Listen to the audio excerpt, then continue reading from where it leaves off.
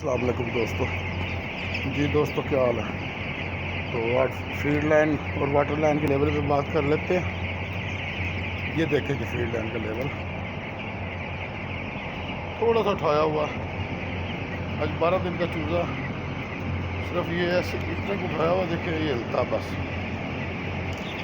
तो उसकी वजह ये जो कुप्पा होता है ना जी, ये अगर लेवल आप डाउन रखेंगे तो ये साथ लग जाएगा ऐसे, ये फीड नहीं आएगी। सिर्फ इतना हो कुप्पे वाला गैप आ जाए और फीड जनाब थोड़ा सा फीड लाइन हिलती हो। ये वाटर लाइन का लेवल है जी, ये देखें।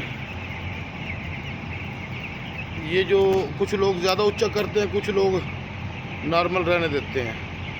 अब ये देखें बिल्कुल दरमियाना साइज़ है, यानी चूज़ा मुंह ऊपर करके अपना पानी ले लेता।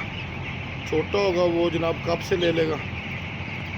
तो ये लेवल होता है सर, इस पे गौर करें और अपना मैनेजमेंट इसी हिसाब से करें, इंशाल्लाह फ़ायदा होगा। अल्लाह हाफ़िज़।